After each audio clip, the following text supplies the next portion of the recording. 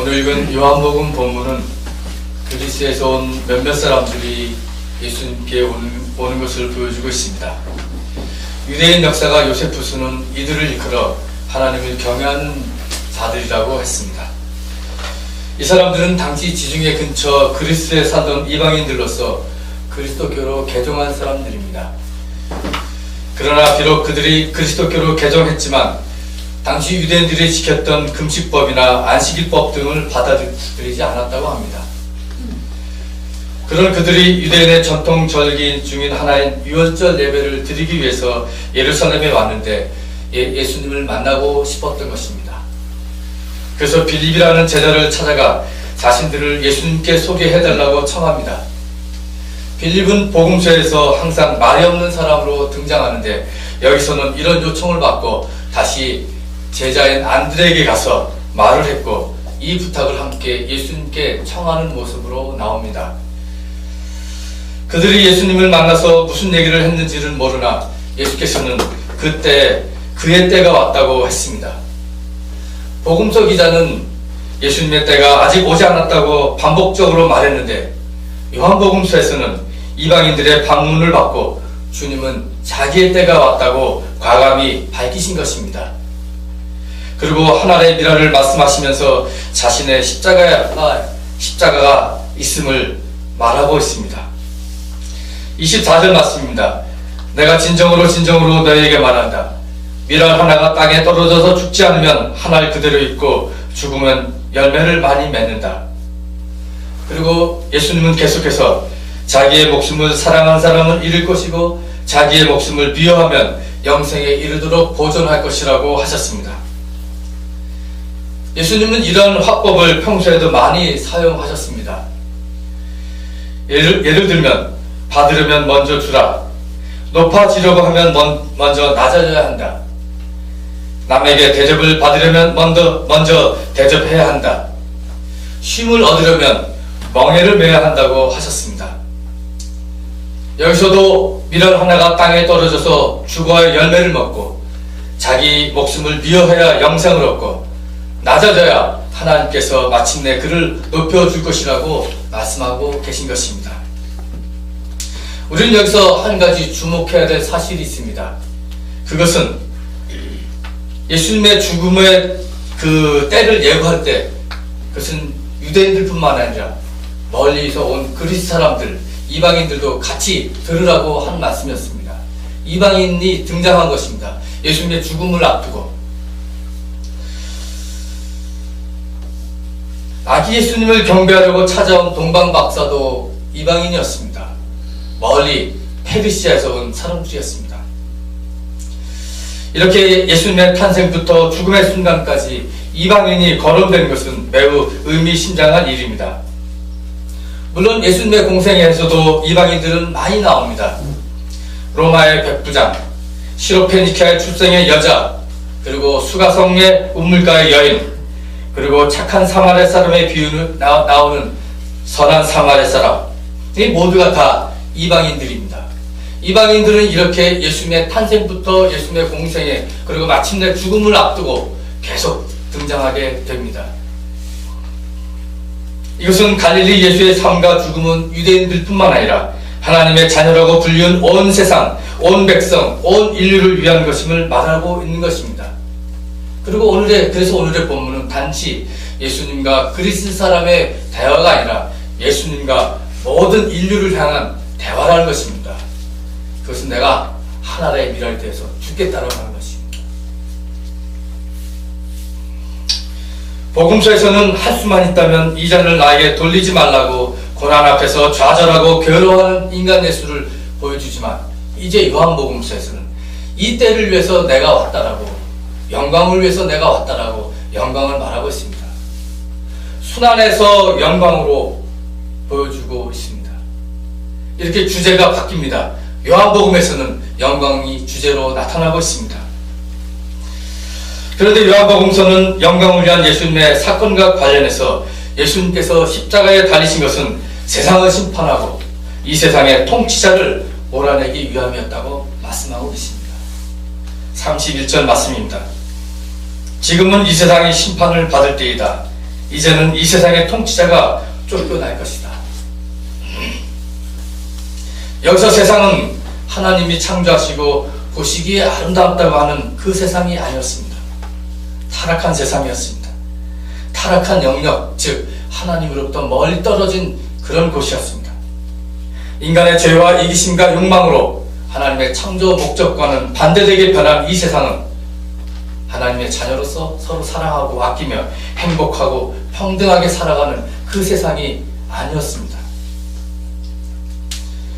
이 세상은 인간의 삶을 지배하고 나아가 포로로 삼으려고 하는 그 세상으로 변했습니다.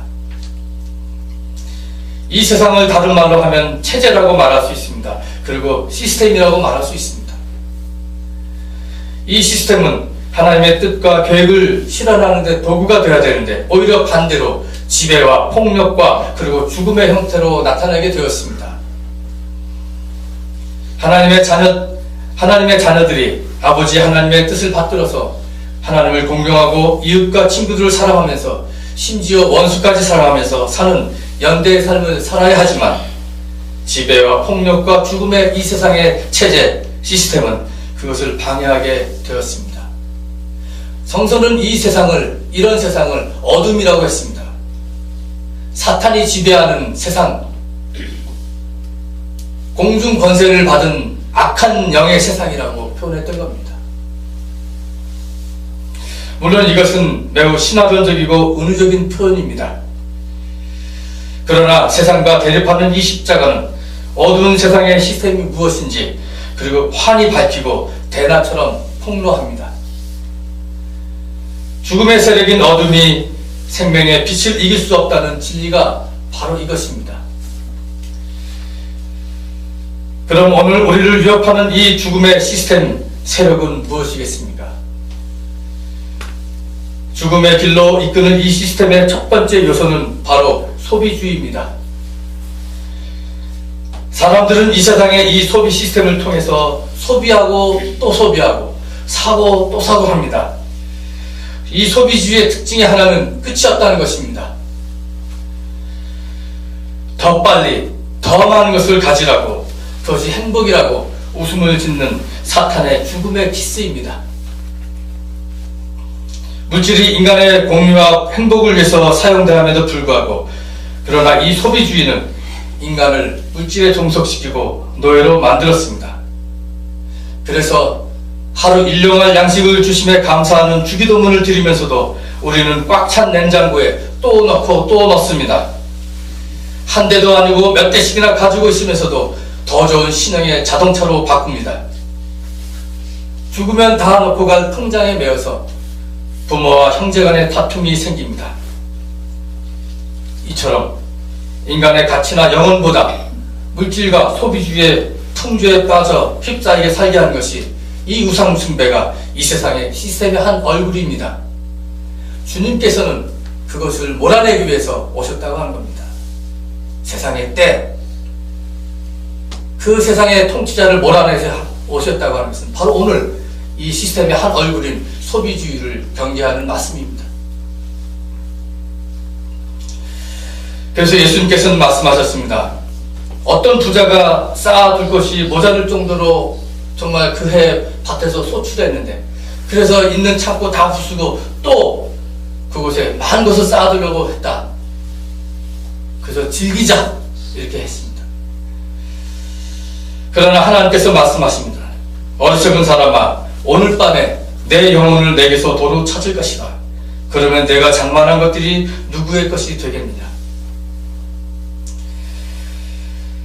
보수신앙을 가지고 있든지 진보신앙을 가지고 있든지 우리가 소비주의에 매달릴 때 정의와 평등의 하나님 나라는 슬로건에 불과하고 실은 모두가 자기 욕심 속에 사는 것에 별반 차이가 없습니다. 번영신학과 축복의 신앙을 경계하고 비판하면서도 우리들 자신들도 쉽게 빠질 수 있는 함정입니다. 미국에 있을 때 저는 문동환 목사님과 매주 무슨 얘기인가 하여튼 일주일에 한 번씩 공부했습니다. 성경 공부를 했습니다. 몇몇 목사들 같이 모여서 성경 공부를 쭉 했는데 어느 날 목사님이 오시더니 이렇게 말씀하십니다. 이 내 잠바가 얼마인 것 같아? 멋있는 잠바를 입고 왔어요. 이 잠바가 얼마일 것 같아? 그래서 와, 목사님 오랜만에 좋은 거 입으셨습니다. 입고 다니셔야죠 했더니 얼마인 것 같아? 그래서 잘 모르겠습니다. 이거 2불 주고 샀어. 그러더라고요. 2불인가 3불인가 2불 주고 샀어. 그러더라고요. 2불이면 우리나라 돈으로 2,000원 조금 그죠? 그러면서 하시는 말씀이, 아, 며칠 전에 우리 딸이 아버지 좋은 거 입으라고 백화점에 가서 멋있는 아주 이 잠바를 딱 사다 줬다는 거예요. 아주 비싼 옷을. 그래서 목사님이 이 걷어쳐! 이거 난 안 입어! 그래서 반납을 당신이 어디 벼룩시장 같은 데 가가지고 2불 주고 샀다는 거예요. 아, 진짜 멋진 잠바를 입고 오셨어요. 아주 검소하시게 사셨어요. 근데 이분이 돈 안 쓰는 노랭이가 아닙니다.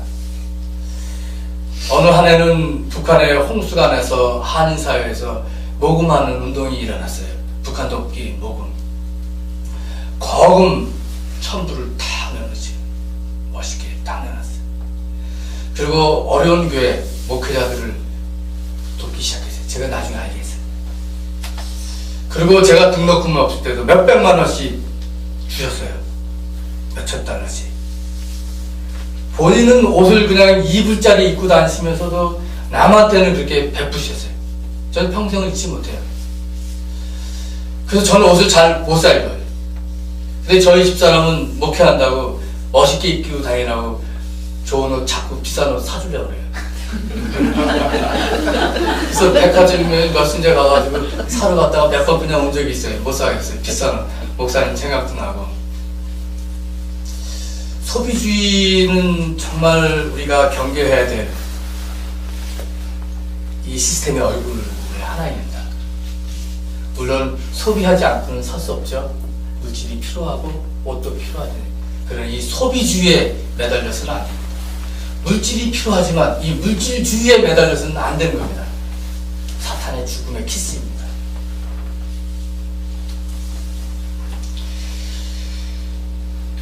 인간의 재물은 먼지와 같은 한시적인 것입니다. 하나님 나라의 가치와는 도저히 비교가 되지 않습니다. 하나님 나라는 정말 모든 사람이 하나님 아버지를 모시고 자녀로서 서로 의지하고 존중하고 행복하게 살아가는 그런 나라입니다. 하나님 나라는 어느 날 갑자기 눈앞에 딱 떨어지는 그런 나라가 아닙니다. 하나님 나라는 주님과 함께 우리가 여기서 만들어 나가는 과정에 있습니다. 그 과정 속에서 경계해야 될 것이 소비주의입니다. 소비주의가 하나님 나라를 나가게 하는데 걸림돌이 되는 것입니다.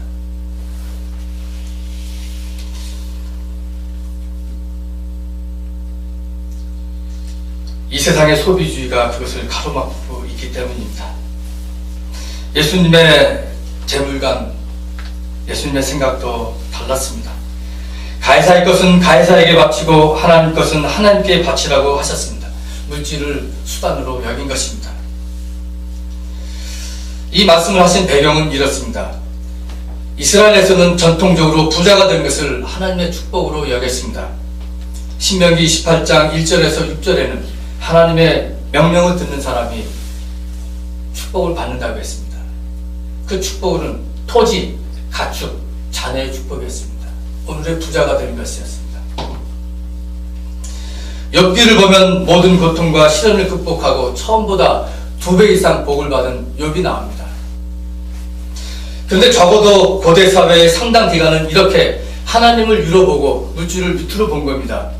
하나님께서 주시는 물질의 복을 본 겁니다. 그러나 점점 세상은 이 하나님과 물질을 동격으로 보게 되었습니다. 하나님의 이름으로 바알의 이름으로 하나님을 섬기게 된 것입니다.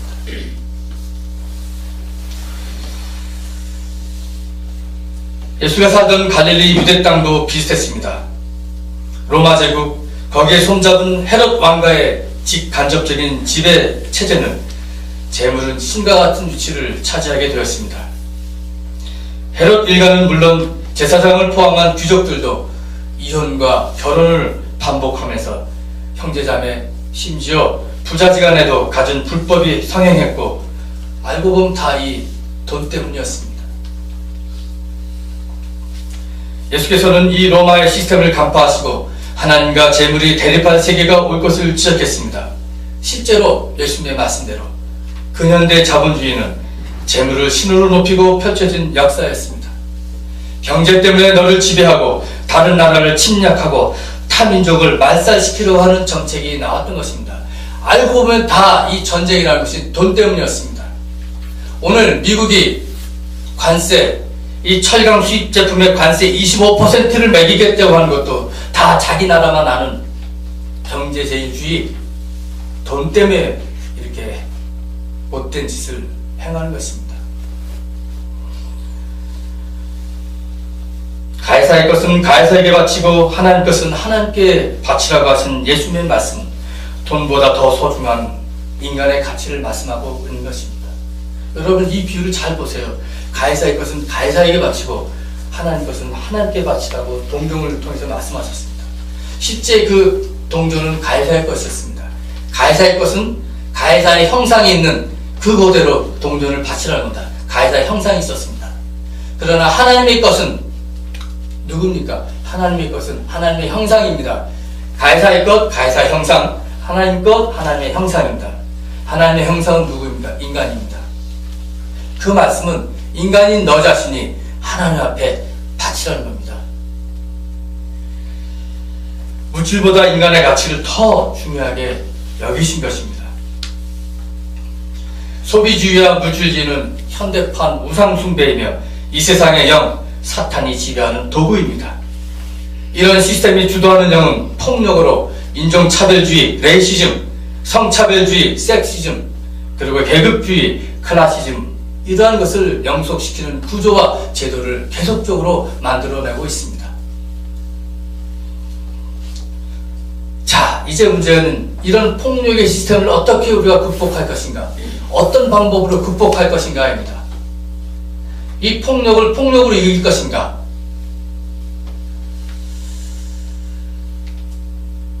뽀빠이가 시금치를 많이 먹고 힘이 있어서 날아가서 불토로 한방 치는 폭력을 폭력으로 이길 것인가.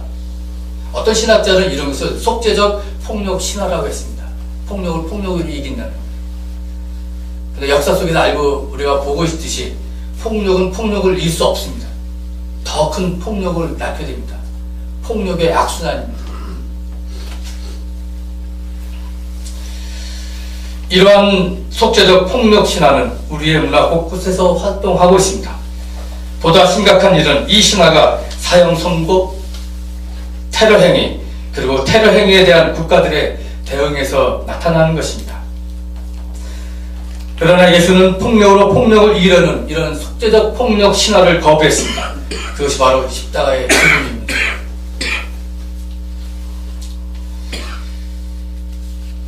예수는 폭력으로 로마 제국을 무너뜨리려는 젤롯 땅의 노선에 동조하지 않았습니다. 하나님과 이웃사랑을 그 이중 계명을 말씀하신 예수님은 오른뺨을 맞으면 왼뺨을 내놓고 속옷을 달라는 사람에게 겉옷을 주고 오리를 억지로 가자고 하는 사람에게 심리를 가주라고 하는 비폭력 저항을 말씀하신 것입니다. 예수는 전쟁에서 크게 승리하거나 쿠데타를 시도한 정치적 영웅이나 장군이 아니었습니다. 예수에게는 확실한 자기 조직도 없었고 당장 빈민들을 모아서 귀족과 제사장 같은 기득권층을 공격하지도 않았습니다. 반면 사람들에게 모두 다 같은 하나님의 자녀이니 하늘 아버지의 뜻대로 서로 사랑하며 살기를 원하셨습니다. 특별히 세상의 멸시와 천대 속에 살아가던 많은 사람들에게 위로와 가르침을 주셨습니다. 그리고 질병과 배고픔의 고통을 함께 하시면서 위로하고 격려했습니다.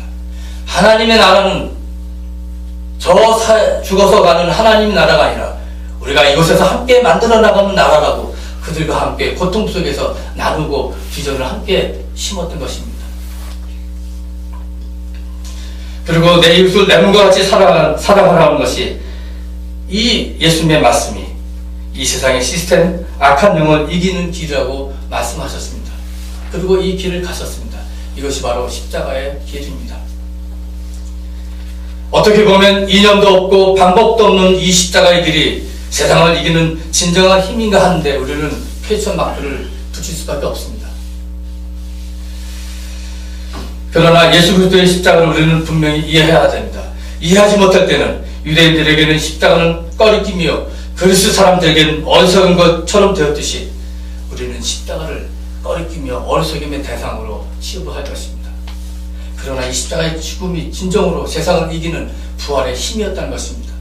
예수는 마지막까지 그래서 이 십자가를 붙들고 고뇌하고 이 길을 가셨던 겁니다. 십자가가 세상을 이기는 힘입니다. 십자가 영성으로 우리는 가난한 이웃과 함께 고난을 이기고 하나님 나라의 희망을 일구고 세울 수 있습니다. 십자가의 길을 통해 하나님의 사랑과 이웃사랑의 이중계명을 실천하며 소비주의와 물질주의 우상숭배를 깨뜨리고 전쟁과 폭력과 차별에 사탄의 새하늘과 새 땅의 미래를 바라볼 수 있습니다. 십자가의 길은 세상에서의 고난을 말하지만 동시에 이 세상으로부터의 자유로워진 것을 말합니다. 예수를 따르는 것은 그리스도의 남은 고난에 동참하는 것이지만 동시에 우리에게 무한한 자유와 기쁨을 주는 길입니다. 그리고 그것은 부활의 희망으로 생명으로 나아가게 합니다. 부활 생명을 이루신 십자가에서 죽으신 예수가 인간 존재의 중심이며 이 역사의 중심이며 우주의 중심으로 서는 것입니다. 요한복음서는 주님께서 바로 이 일 때문에 이때에 왔다고 말씀하셨습니다. 요한복음서는 더 이상 나약하게 고뇌하는 인간의 예수를 보여주고 있지 않습니다. 요한신앙 공동체는 기독교와 유대교의 대립 속에서 이렇게 분명한 의지와 결단과 비전을 보여야만 했습니다. 확실한 그들의 신앙을 영광의 주님을 통해서 이제 보여주고 있는 것입니다. 그래서 하늘에서는 이미 내게 영광되게 하였고 앞으로도 영광되게 하겠다는 소리가 들려왔다고 합니다. 그리고 예수님은 이 소리가 나를 위한 것이 아니라 너희를 위한 것이라고 했습니다. 유대인 제자들과 이방인 방문객들을 두고 너희라고 하신 이 말씀은 모든 사람을 위한 말씀이라는 것입니다. 오고 있는 이 세대를 통한 모든 사람을 이끄시려는 예수님의 구원의 말씀을 말씀하고 계신 것입니다. 예수님은 이제 때가 왔다고 하십니다. 이 세상을 심판하고 이 세상의 통치자를 내쫓을 때가 왔다고 하셨습니다. 예수님의 십자가의 죽음으로 죽음의 세력을 몰아내는 평화의 성령의 바람이 지금 한반도에 불고 있습니다. 통일의 바람입니다. 일제강점기 후 우리 민족의 의사와는 전혀 상관없이 한반도는 강대국에 의해서 국토가 나눠지고 전쟁을 겪고 분단이 되었습니다. 1953년 정전협정을 맺고 65년의 치욕의 세월을 우리가 지금 살고 있습니다. 이제 우리는 우리를 갈라놓은 휴전선의 첫 선을 걷어 치워버릴 때가 왔습니다. 더 이상 강대국의 지배 논리에 눈치 보며 분단의 세월을 살아서는 안 되겠습니다. 더 이상 분단의 시스템에 매여 눈먼 자처럼 귀먹은 자처럼 중풍병자처럼 혈육병에 고생하는 여인처럼 살아서는 안 되겠습니다. 하나님께서는 페르시아의 고레스 왕을 들어서 이스라엘을 해방시켰습니다. 하나님은 이렇게 세속 권력자를 통해서 역사하셨듯이 오늘 하나님께서는 세상의 권력자를 통해서 이렇게 하나님의 뜻을 성취시키고 있습니다. 우리는 이 세상의 권력자들이 하나님의 뜻을 실천하기 위해서 더욱더 압박해야 합니다. 그리고 우리 먼저 스스로가 이 세상 시스템에 종된 삶을 거부하고 하나님 나라의 파수꾼으로 당당하게 서야 하겠습니다. 우리를 사탄의 지배에 계속 묶어두려고 하는 소비주의, 물질주의, 폭력과 지배를 거부하고 인간화된 세상, 평화와 통일의 하나님 나라를 위해서 하나의 미랄이 되어야 하겠습니다. 예수님은 고난을 통해 영광의 때를 확실하셨습니다. 그때는 지금도 일어나고 있습니다. 오늘 이 말씀을 가지고 잠시 묵상하시겠습니다.